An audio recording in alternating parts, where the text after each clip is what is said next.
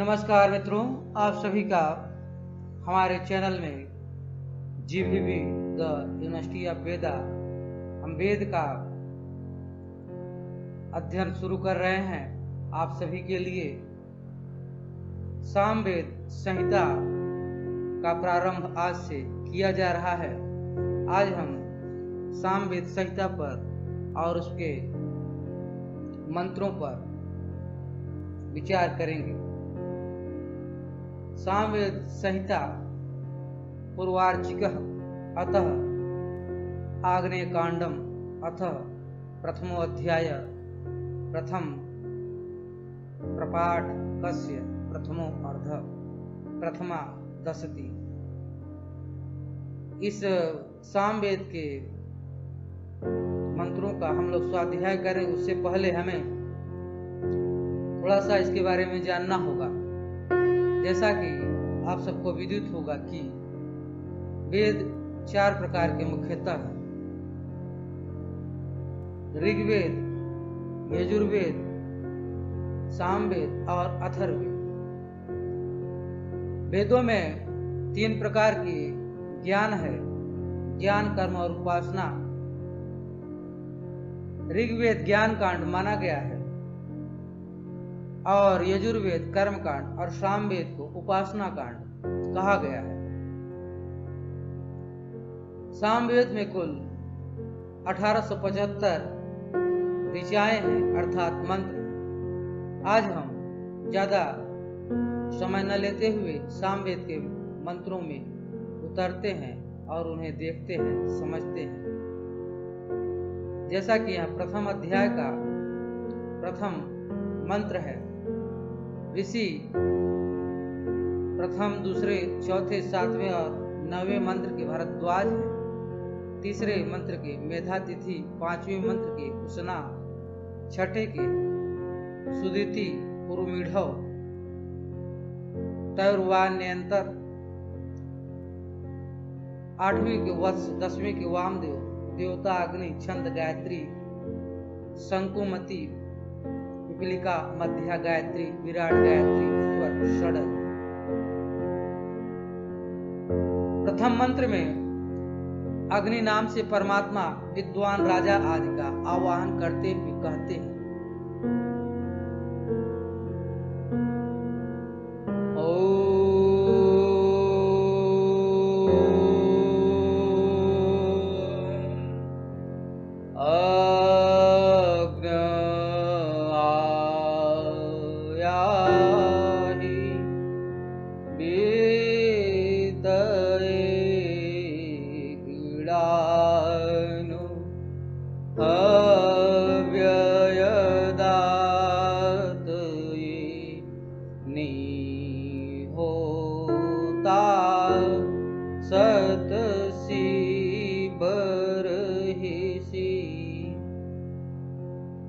अग्नयायाहि बीतये गृणानो हव्यदातये निहोता सत्सि बर्हिषि।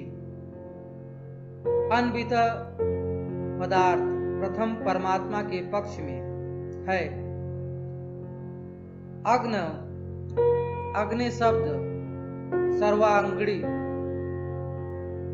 सर्वाग्रणी, सर्वज्ञ, सर्वव्यापक, सर्वसुख प्रापक, सर्व प्रकाश में सर्व प्रकाशक परमात्मा आप गृणान कर्तव्यों का उपदेश करते हुए बीते हमारी प्रगति के लिए, हमारे विचारों और कर्मों में व्याप्त होने के लिए, हमारे हृदयों में सद्गुणों को उत्पन्न करने के लिए, हमसे स्नेह करने के लिए।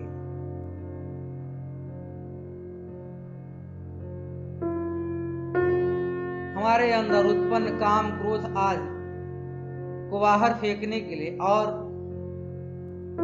हव्यदातये देय पदार्थ, श्रेष्ठ बुद्धि, श्रेष्ठ कर्म, श्रेष्ठ धर्म, श्रेष्ठ धन आदि के दान के लिए आइए। होता शक्ति आदि के दाता एवं दुर्बलता आदि के हरता होकर बर्हिषि हृदय रूप अंतरिक्ष में नील सत्सी बैठ जाइए। यहाँ प्रथम मंत्र ईश्वर की आराधना, ईश्वर की उपासना के लिए ईश्वर को पुकारा गया है। अग्नयायाहि पीते गिड़ानु हव्य दाते निहोता सत्सी बरहसी।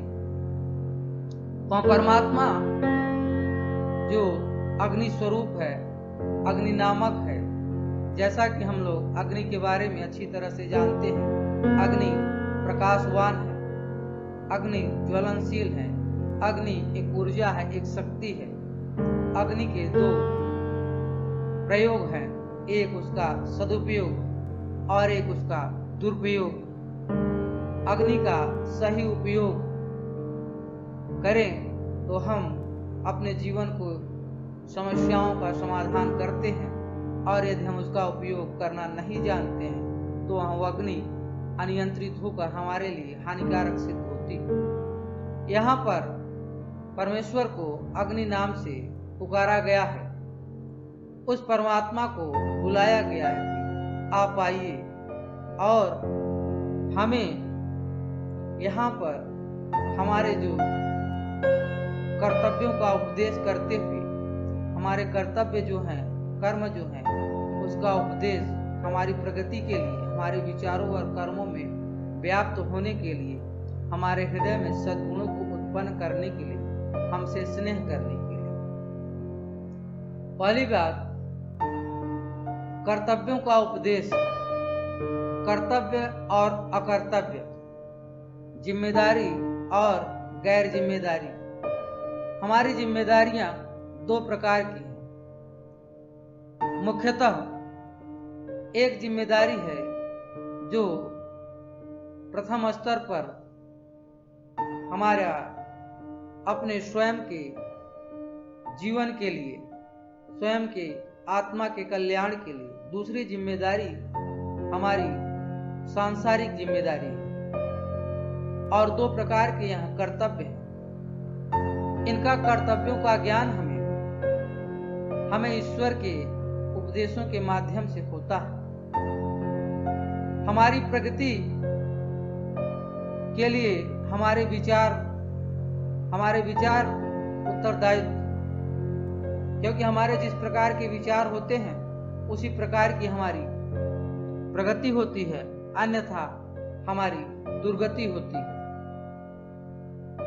हमारे हृदय में सद्गुण जब होता है तो सद्गुणों का विस्तार होता है, चारों तरफ सद्गुण व्याप्त होता है।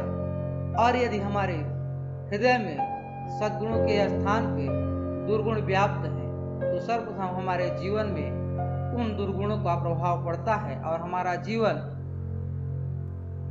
दुष्ट प्रवृत्तियों से भर जाता है।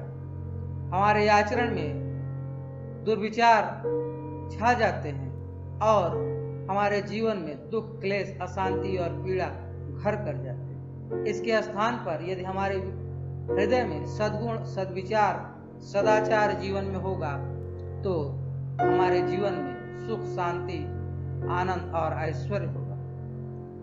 ईश्वर हम सबसे स्नेह करता है, प्रेम करता है, इसलिए ईश्वर से हम कहते हैं हमारे अंदर उत्पन्न जो काम, क्रोध आदि को बाहर फेंकने के लिए, क्योंकि काम, क्रोध, लोभ, मोह, शोक, भय आदि यह जो षड्शत्रु हैं हमारे, वह हमारे हृदय में रहते हैं।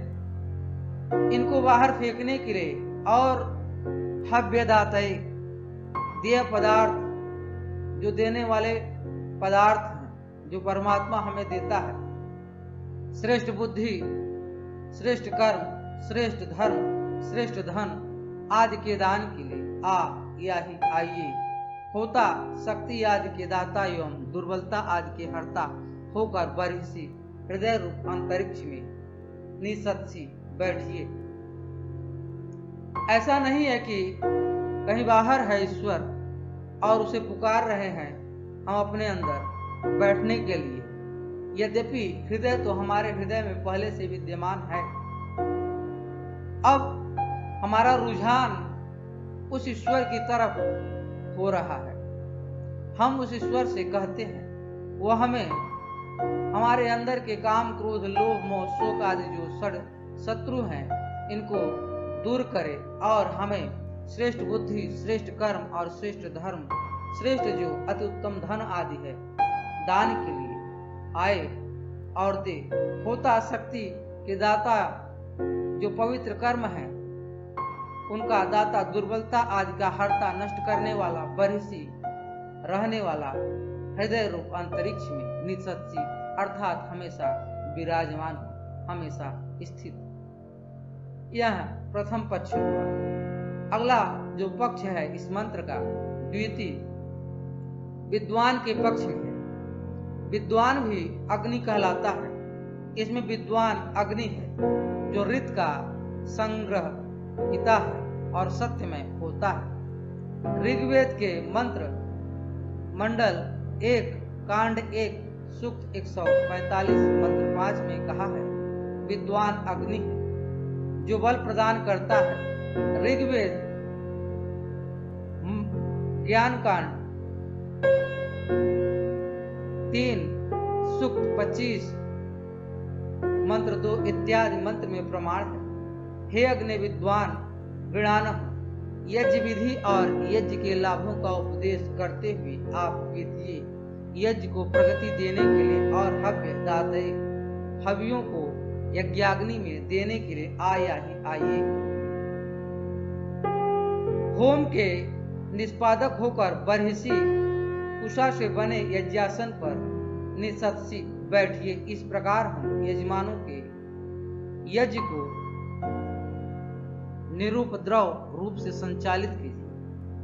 विद्वान कौन है? जो विद्या को जानता है और विद्या का अच्छी तरह से उपयोग करना जानता है। विद्वान को ही अग्नि नाम से पुकारते हैं, क्योंकि यह विद्वान जो है अग्निमय है, प्रकाशवान है, ज्ञानवान है, ईश्वर के सद्गुणों को धारण करने वाला है, ईश्वर के ज्ञान, विज्ञान, ब्रह्म ज्ञान का विस्तार करने वाला है। इसलिए इस विद्वान को अग्नि कहा गया। जो ऋत का संग्रहिता है। ऋत क्या है? ऋतंच सत्यंच आभिध्या तपसोध्यजायत। ऋत और सत्य,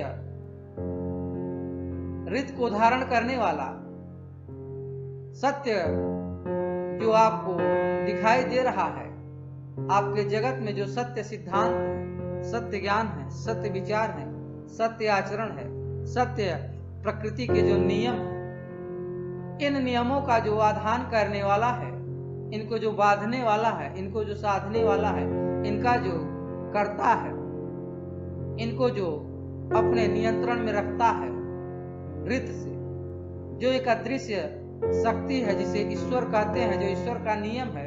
ईश्वर ने अपने नियम से, अपनी शक्ति से, अपने सामर्थ्य से इस दृश्यमय जगत संसार को अपने तप से धारण किया है, बांधा है, कसा है और अपने हाथों में उसे संचालित करने का प्रयोजन सिद्ध करता है। अब विद्वान उस सत्य नियम को, सत्य ज्ञान को धारण करता है और उसका पालन करता है। जैसा कि ऋग्वेद में ऐसे मंत्र आते हैं और इसका प्रमाण देते हैं।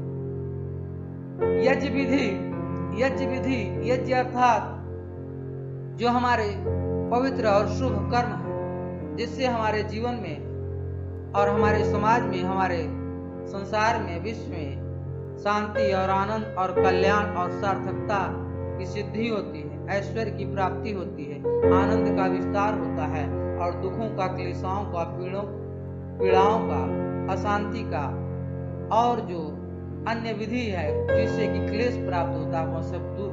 यह यज्ञ का बहुत बड़ा विज्ञान है। इसके बारे में हम विचार करेंगे। फिर यज्ञ विधि और यज्ञ के लाभों का उपदेश करते हुए आप विधिये, अर्थात यज्ञ के लाभों के बारे में उपदेश, विद्वान यज्ञ के लाभ के बारे में बताते हैं। यज्ञ को प्रगति देने के लिए और हव्यदातय, यज्ञ अर्थात जो पवित्र कर्म, शुभ कर्म है, जिससे हमारा कल्याण होता है, जिससे हमारी प्रगति होती है, जो हमारे जीवन में हमारे लिए जो सुख देने वाला है, जो हमारे लिए हमारी अशांति को दूर करने वाला, हमारी समस्या का समाधान करने वाला है। यह यज्ञ हव्यदातय प्रगति के लिए हवियों को यज्ञाग्नि में देने के लिए, अर्थात वहाँ जो यज्ञाग्नि है, यज्ञाग्नि का मतलब हुआ, प्रथम अर्थ तो हुआ यह जो यज्ञ होता है उसमें जो हम समझा सामग्री डालते हैं। दूसरा हुआ कि जो हम कर्म करते हैं किसी फल की इच्छा के लिए, उसके लिए जो परिश्रम, पुरुषार्थ और धन इत्यादि उसमें लगाया जाता है, झोंका जाता है, समय लगाया जाता है। हम शिक्षा को ग्रहण करना चाहते, ज्ञान को प्राप्त करना चाहते, तो ज्ञान प्राप्ति के लिए समय, साधन और धन इत्यादि जो खर्च करते हैं वह एक प्रकार की यज्ञाग्नि में हवि है, आहुति है। आया ही आइए होता होम के निष्पादक होकर बरहिसी कुशा से बने यज्ञासन पर, अर्थात जो अपना आसन है, स्थान है, उसे ग्रहण करे, निसर्षि बैठिए। इस प्रकार हम यजमानों के यज्ञ को निरुपद्रव अर्थात बिना किसी उपद्रव के संचालित कीजिए। अर्थात विद्वान जो गुरु है वह गुरु से, विद्वान से जो शिष्य है वह प्रार्थना करता है कि आप आइए और हमारे इन पवित्र कर्मों को, शुभ कर्मों को करने की जो विधियां हैं उसको बताइए और कराइए। पहले मंत्र में पहला जो भाव परमात्मा का था, परमात्मा से साधक उपासना करता है और कहता है कि आप आइए हमारे हृदय में विराजमान हुई। दूसरा जो विद्वान पक्ष है वह कहता है कि विद्वान जो है, साधारण मनुष्य शिष्य जो है वो विद्वान गुरु के पास जाते हैं और कहते हैं कि आप आइए और बैठिए और हमें बताइए कि किस प्रकार से हमारी शंका का समाधान, हमारी जो समस्या है उसका समाधान होता है। साधारण सा अर्थ है कि कोई विद्यार्थी है, वह कुछ अध्ययन अध्यापन का कार्य कर रहा है, यदि उसके लिए कोई समस्या आ जाती है तो अपने गुरु को पुकारता है, उनसे संपर्क स्थापित करता है किसी भी प्रकार से और कहता है कि आप हमारी शंका का समाधान कीजिए। इस प्रकार से विद्वान से हम अपनी शंका का समाधान करते हैं। सर्वप्रथम हम परमात्मा को ही पुकारते हैं, द्वितीय हम विद्वान को पुकारते हैं, तृतीय अर्थ जो है राजा के पक्ष में इस मंत्र का किया गया। राजा को भी अग्नि कहलाता है। इसमें है कहा गया है, हे नायक, तुम प्रजापालक उत्तम दानी को प्रजाएं राष्ट्रगृह में राजा रूप में अलंकृत करती है। ऋग्वेद कांड 2 सूक्त 1 मंत्र 8 में कहा गया, राजा अग्नि है जो राष्ट्र रूप गृह का अधिपति है और राष्ट्र यज्ञ का ऋत्विज होता है। ऋग्वेद कांड 6 सूक्त 15 मंत्र 13 इत्यादि प्रमाण है। हे अग्नि अग्रनायक राजन, आप गृणान राज नियमों को घोषित करते हुए विदय राष्ट्र को प्रगति देने के लिए, अपने प्रभावों से प्रजाओं में व्याप्त होने के लिए, प्रजाओं में राष्ट्र भावना और विद्या न्याय आदि को उत्पन्न करने के लिए तथा आंतरिक और बाह्य शत्रुओं को परास्त करने के लिए और हव्यदातय राष्ट्र हित के लिए देह, मन, राजकोष आदि सर्वस्व को हवि बनाकर उसका सत्सर्ग उत्सर्ग करने के लिए आइए होता राष्ट्र यज्ञ के निष्पादक होकर बरहिसी राज सिंहासन पर या राजसभा में निसर्षि बैठिए। राजा अर्थात जो हमारे आज का समय में जो राजा है, अर्थात जो प्रधानमंत्री जो देश के राज्यभार देखते हैं, उनके लिए कहा गया कि आइए प्रजा का पालन करने वाले उत्तम दानी को प्रजाएं राष्ट्रगृह में राजा रूप में अलंकृत करती है। जो उत्तम दानी होता है अर्थात जो राजा है, श्रेष्ठ प्रकार के चीजों का दान करता है अपनी प्रजाओं के लिए, प्रजा का पालन करने के लिए। आज की जो राजा है वो प्रजा का पालन किसी न किसी प्रकार से करते हैं। पहले भी राजा थे और आज के राजा भी हैं।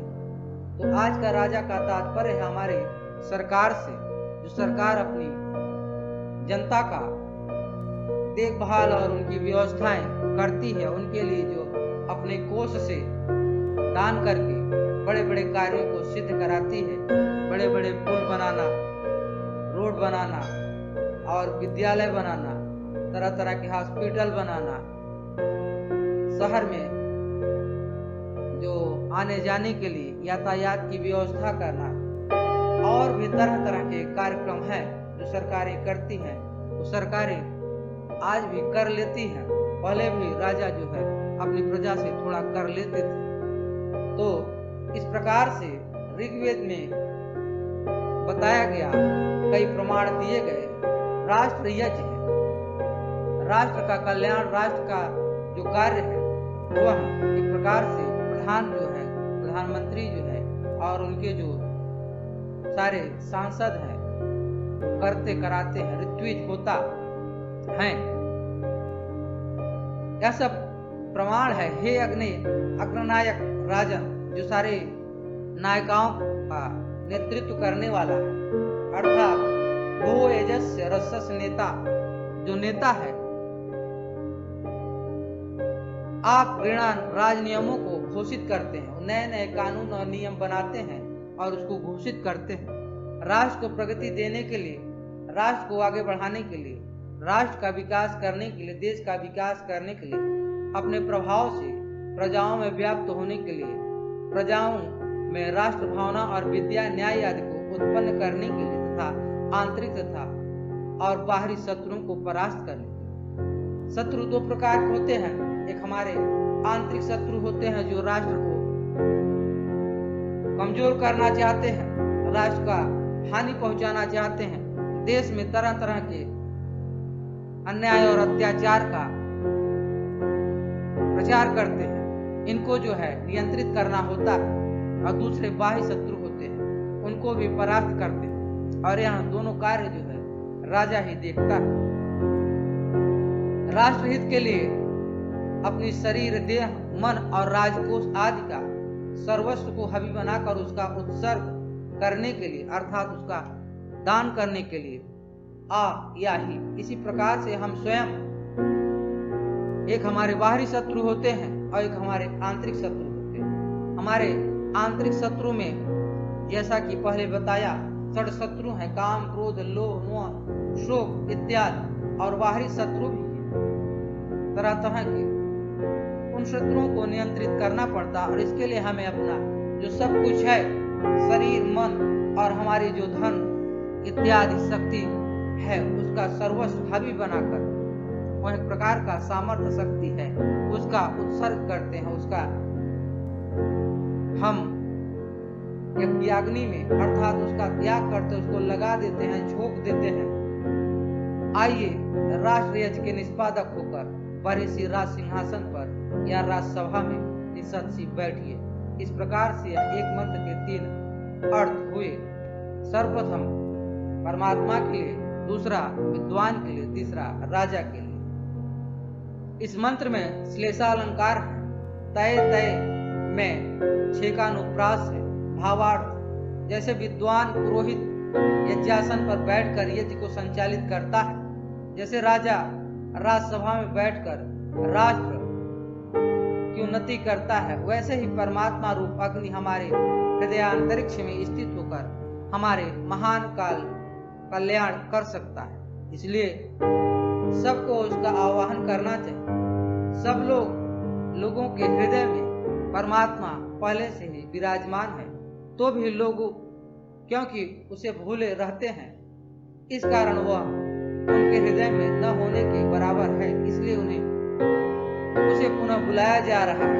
आशा यह है कि सब लोग अपने हृदय में उसकी सत्ता का अनुभव करें और उसे सत्कर्म करने की प्रेरणा ग्रहण करें। इस प्रकार से यहाँ प्रथम मंत्र का अर्थ हुआ। हम 2-4 बार इस मंत्र का पाठ करते हैं और अपने हृदय में उस परमात्मा का आवाहन करते हैं।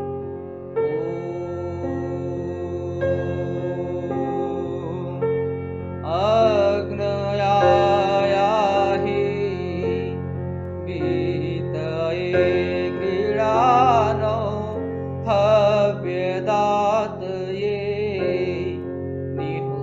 होता सत से बरहिसी।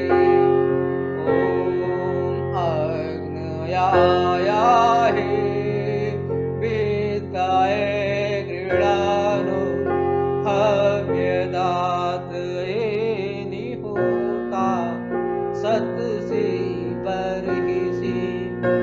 ओम अग्नयाया हे विद्याय गृणानो हव्यदातये निहोता सत से बरहिसी। ओम अग्नयाया हे विद्याय गृणानो हव्यदातये निहोता सत से बरहिसी।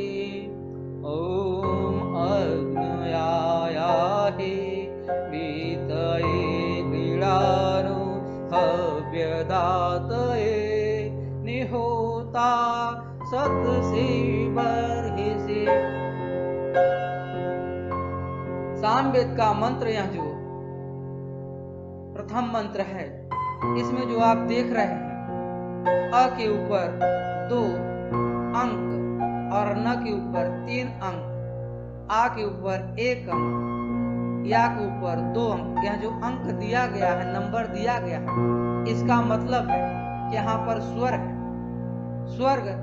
स्वर जो है 3 प्रकार के मुख्यतः होते हैं, हर्ष, दीर्घ और प्लुत।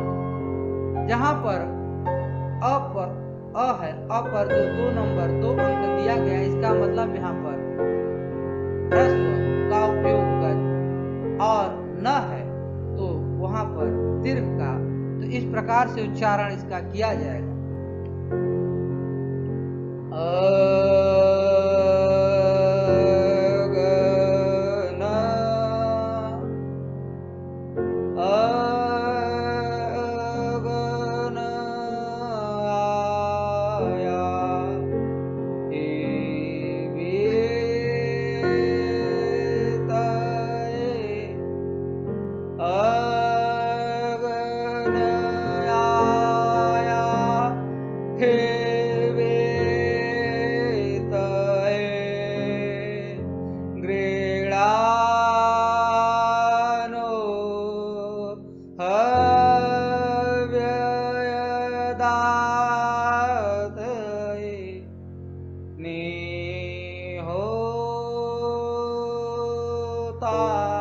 सत से बरहिसी।